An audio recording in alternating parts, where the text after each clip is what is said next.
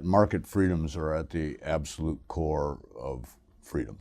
That you cannot have freedom, you cannot have anything that resembles libertarian principles of individual liberty, individual dignity, individual responsibility. They can't exist without market freedoms.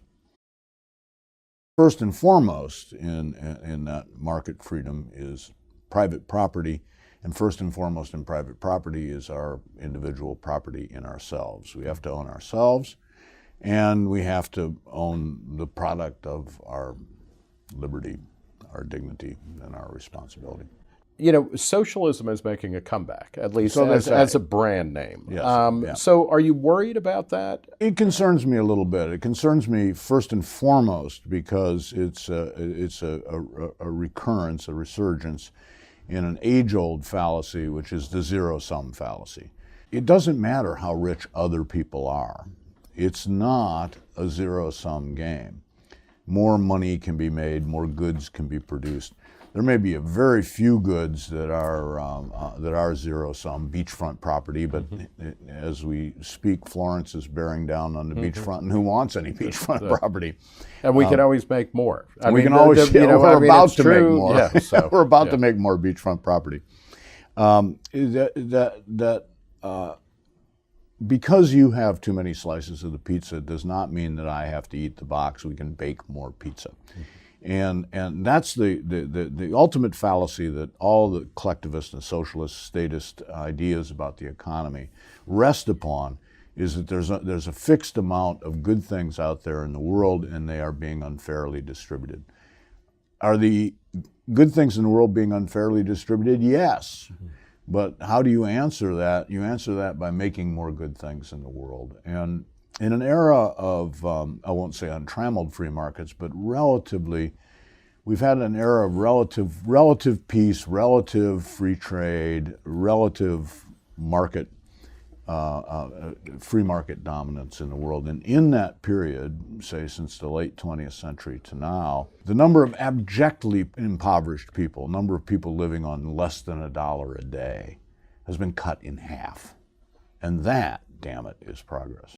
One of the great lessons I learned as a 20 years as a war correspondent, was that under no circumstance does the profit motive go away. Everybody, you may think, oh my gosh, I'm in the middle of as I was when I first started this in the 1980s, I'm in the middle of the Civil War in Lebanon, and this is absolutely economically destructive. And yet an economy was operating there, an economy having a lot to do with drug and gun smuggling and other unsavory activities, but nonetheless there was an economy. And then also you have to remember that not everybody counts profit the same way. We all hope to profit with money because money is necessary to life, but other people want to profit with power too, or they want to profit with fear, perhaps of their reputation as terrifying warriors.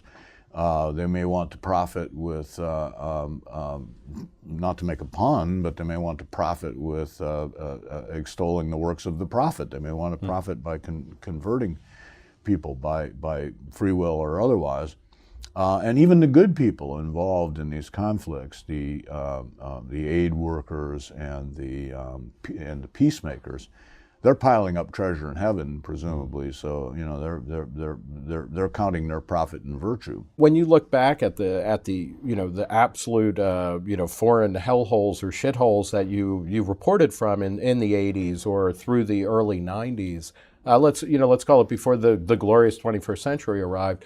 Do you feel like that we're much better off now as a world, despite all of the problems, or are we always kind of teetering on the edge of sliding back into abject kind of chaos? Yes.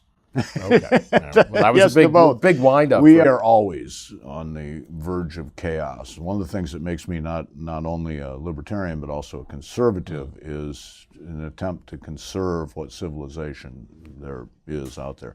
We're always in danger of sliding back into chaos.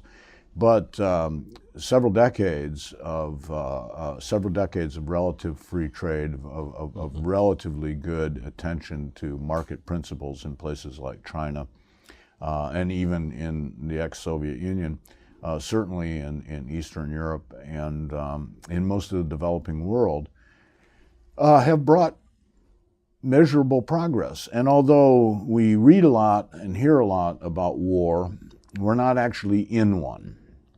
The mortality from war in the 21st century has been much smaller than at any point during the 20th century. The 20th century was the most war-plagued century in the history of mankind. It was a horrible century. I mean, great material progress was made in certain places, but horrible, horrible conflicts were fought. Terrible ideologies were put forward. Millions upon millions upon millions of people were murdered for the sake of those ideologies. The signal problem of democracy is and always has been that temptation to vote ourselves rich, try to vote ourselves rich, is that the single most shaky foundation of democracy is that when everybody runs a government, everybody wants to benefit from that government. And it's what made many 18th century philosophers feel that democracy could never work, that democracy would go on the rocks of everybody trying to vote themselves rich. And even in the European countries where this has been more true than it has been in the United States, where they have much larger benefit packages, there has been, thank God, there has been some measure of restraint in the voters wanting the government to give them everything. But it's a continual battle. In 3 words, sum up something that I think a lot of us feel but don't know how to articulate, which is capitalism is fun. Yeah. Explain that, because that's a good note to go Freedom out is on. fun. This is basically why our kids want their freedom from us. They know that freedom is fun. Sometimes, of course, it proves to be a little too much fun, and what results is not fun at all. But, capitalism, or I like to say free markets, because as I pointed out, capitalism is everywhere. You can't do anything without capitalism. But free markets are freedom, and freedom is more fun than being enslaved, than being restricted, than being institutionalized, than being in jail. Everybody knows that in their heart. And that's why everybody in their heart is a libertarian, or I like to think of it as 2/3. Everybody's 2/3 libertarian. Everybody believes in individual liberty. Everybody believes in individual dignity. Individual responsibility?